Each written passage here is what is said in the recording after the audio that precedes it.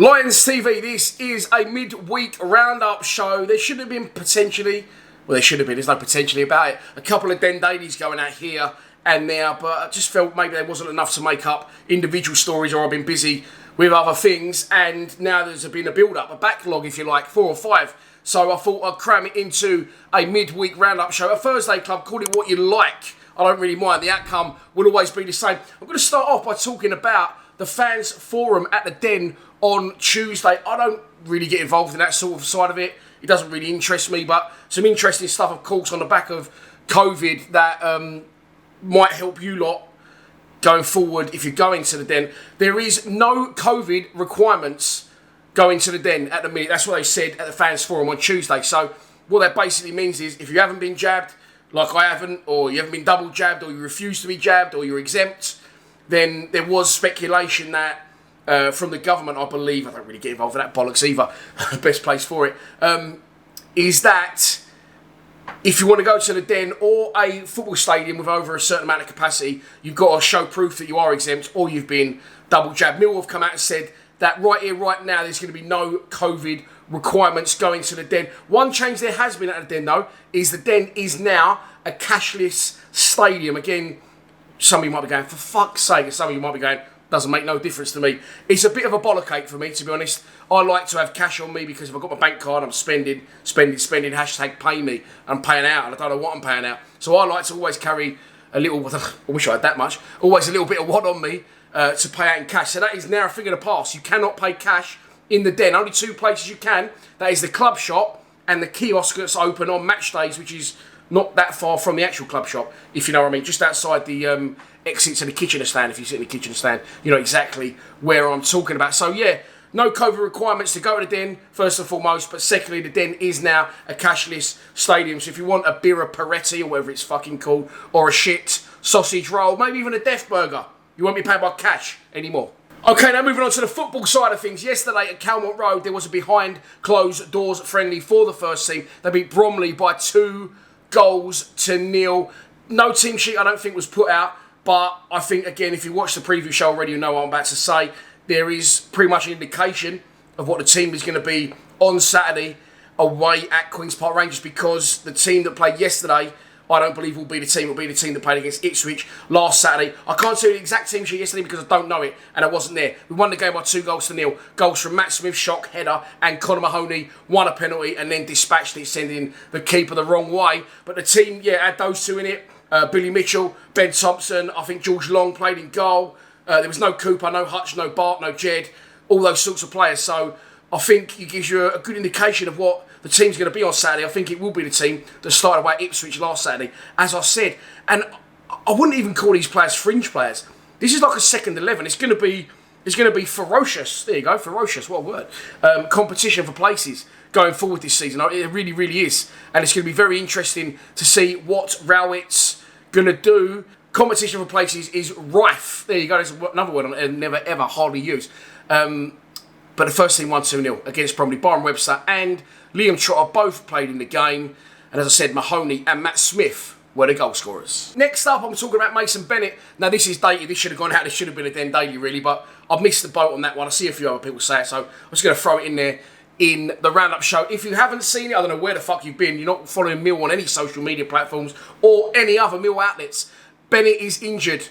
Big blow for Mason. He's out for around 6 weeks, injured in the game at Ipswich, so he will not figure for Gary Rowett's team until at least after the first international break, which is September the 4th, I think, that weekend of. Yeah, shame really, because I really felt him and Mahoney, they're nearly men at the club. They've got potential to be brilliant and maybe even go on further than Mill, but it's just something about the pair of them. They just can't seem to get going. However, Mason Bennett did seem to turn over a new leaf, seemed to sort his fitness out, struck up a brilliant strike duo with Jeb Wallace at the back end of last season, and I think he scored 6 goals last season. I think he scored 5 of them in like the last 9 games or something like that. So I was very excited to see Bennett and Jed once again up front this season. On reflection of who we brought in and who we haven't brought in, and I should have done a squad assessment video, which I haven't done again, sorry about that. But yeah, I would have gone with them 2 up front, maybe not Afobe, but Afobe scored 2 goals against Ipswich now, and will definitely get the nod, and I'm pleased for him. But Bennett, yeah, shame, you know, he has got this injury thing hanging over him. I'm not sure what the injury is. He's had so many since he's been at the club. But if he could stay fit, I really was backing him to do well this season and get 10 plus goals. But not the greatest of starts for Mason. Moving off Mason, another player who has just popped into my head as I'm saying it. Isaac Alafe. Of course, brilliant on loan last season. At Sutton, helped get them promoted into the Football League for the first time in their history with around 16 goals. He got injured on the pre-season tour, didn't he? Up in Scotland, didn't play in over those games. And the club said he'd be back in a couple of weeks. That was longer than a couple of weeks in my book. I'm not sure exactly how long it is, but time does fly. And I'm sure Alafe, 2 weeks is longer. But I don't know where he is. I don't know why he's not getting a look in again. He's obviously coming back from an injury. Maybe it's taking longer than they would have thought. And it's a shame because I would have liked to see what he had in the pre-season. I'm sure the club would have liked to test him at a higher level in pre-season. But again, not the greatest of starts for him. And it still doesn't answer now, does it? We still need, in my opinion, unless Afobe just carries on from last Saturday all through the season, we still need another striker in my book. And Rowett said he wants to get one in, of course. I'm not going to go into the news again because Football League World tweeted this morning that Millwall are open to offers for John Danny Bavardson. It's like sometimes when you put a tweet out on your video and it don't do that well, you just keep retweeting it, trying to get traction. No one wants Bavardson, so I don't know why the Football League World have gone with it again. Maybe they're trying to get the flag up for Millwall, the green flag, and try and get some people interested in John Danny Bavardson. But until Bavardson goes, or we can get Alafe out on loan, I suppose, then no one's going to be coming in. So worrying times, but yeah, on this basis, Mason Bennett out for the first at least 6 weeks of the season. And finally, for this Roundup show, there has been a signing, a new player through the door. He was a trialist. He's joined the under-23s. He's 18 years old. He's an attacking player, but he's a utility player. When I saw utility player, I thought, oh no, not a right back, left back, centre back. But he's a utility player that plays more forward thinking. I like that. Can play anywhere across the midfield or in behind.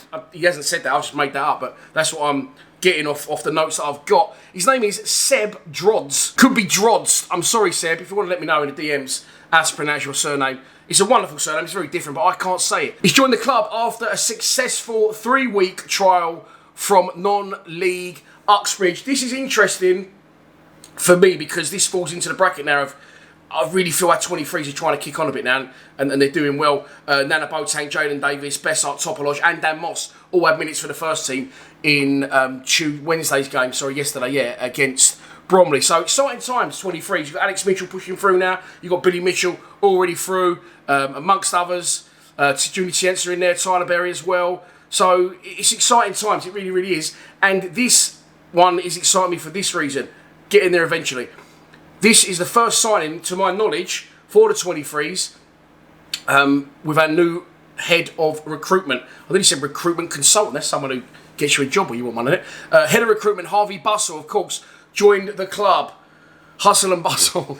It's a terrible joke, just popped into my head. Dad joke. Anyway, Harvey Bustle, our new head of recruitment, joined the club at the back end of the last season. And to my knowledge, that's his first player he's booked to the club. So we'll be interested to see how Seb Drodds gets on. That's your lot for this Roundup show. Feels like the longest Roundup show ever.